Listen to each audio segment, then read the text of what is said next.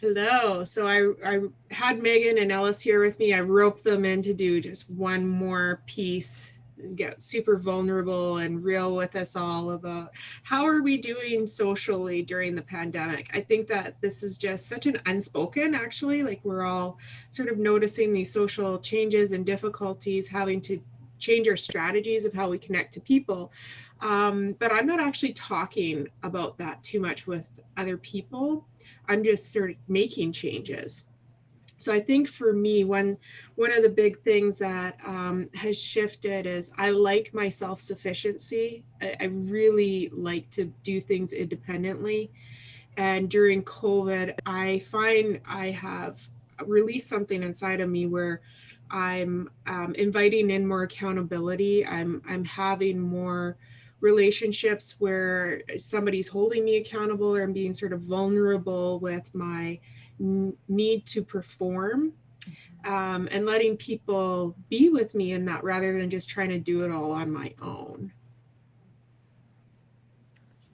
Yeah, I like that, Tara. I can relate to that piece. It's accepting, and not only accepting, but asking for support, right? And I think for me right now, what's been really important is to be emotionally vulnerable.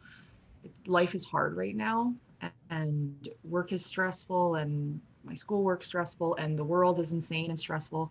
Um, and otherwise, I kind of carry that stuff on my back alone. But with COVID, I've really reached out to friends and to family to say, like, hey, I'm struggling and I just need you to listen to me complain, or I just need to cry. I just need somebody to be here with me and to kind of validate my experience, but then also be in that with me. And that was a hard place to get to, but it's been really valuable for me. And I think it's helped me to be more successful throughout this time to kind of release that stuff. So, mhm.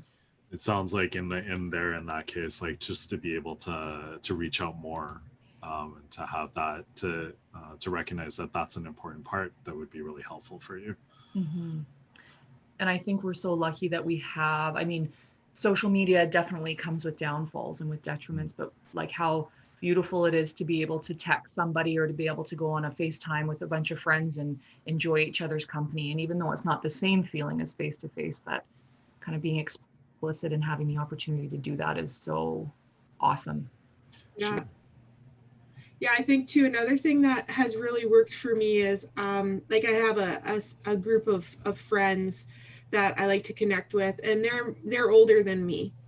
And so as people have different views on COVID, and different reasons why COVID is so difficult.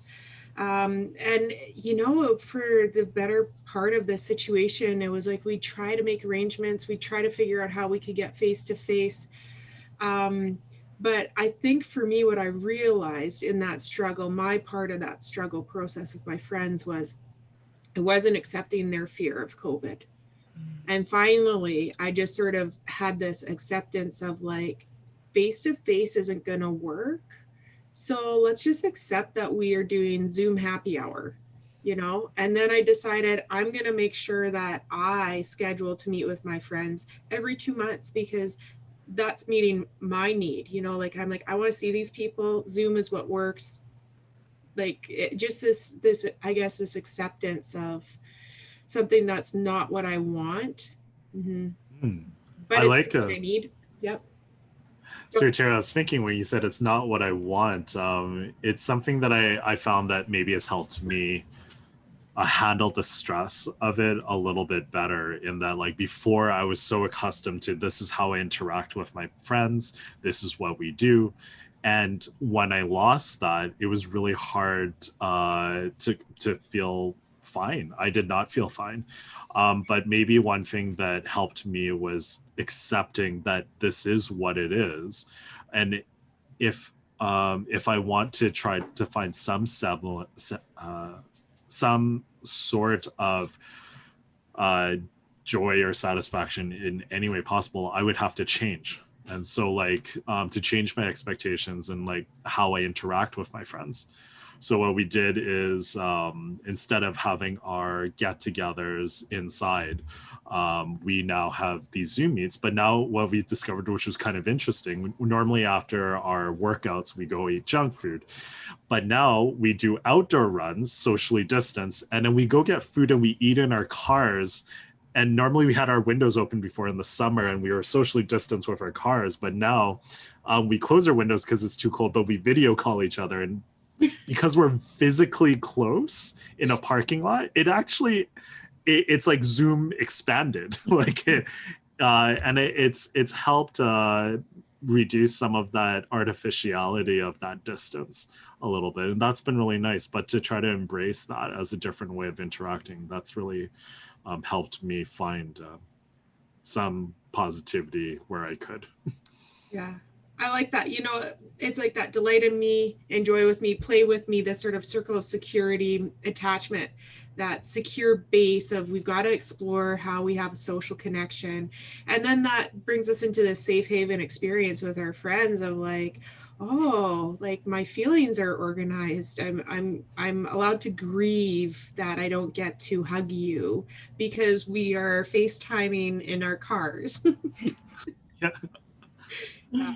I mean, if we're talking about circle security, does that make 2020's parenting type as the mean parent? It's just awful. It's just bigger, stronger, with no kind. Yeah, and no wisdom. Yeah, no wisdom. There's nothing wise. It's just this utter confusion. And that, I think that impacts our social life too. It's like, I don't know how to be social right now. I'm confused. Yeah. That sounds like the hashtag for 2020. Confused. Hashtag I'm confused. Yeah. What is this? What about you, Megan? Anything else you want to add in about just your sort of social struggle or your social triumph? No. Okay. I'm angry. No, but I think you guys captured it really well.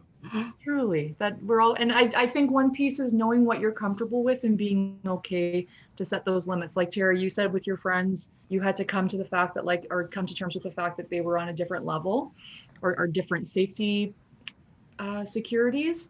And I think for yourself, just knowing like, I need to know for myself what I feel comfortable with. And I have to be confident that people are going to respect the fact that we're all just trying to do our best. So that's one of my only other extra piece that I. Yeah, like there's this beautiful metaphor, proverb in the Bible, and it's like, don't run the race like a guy running against the wind.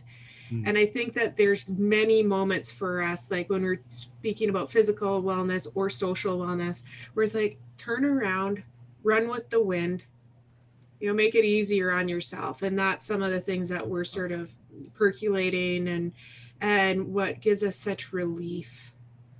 Awesome. Okay, you guys. Well, thanks so much for co-vlogging, sharing the vlog space. Thank you, Tara. You're welcome. Bye.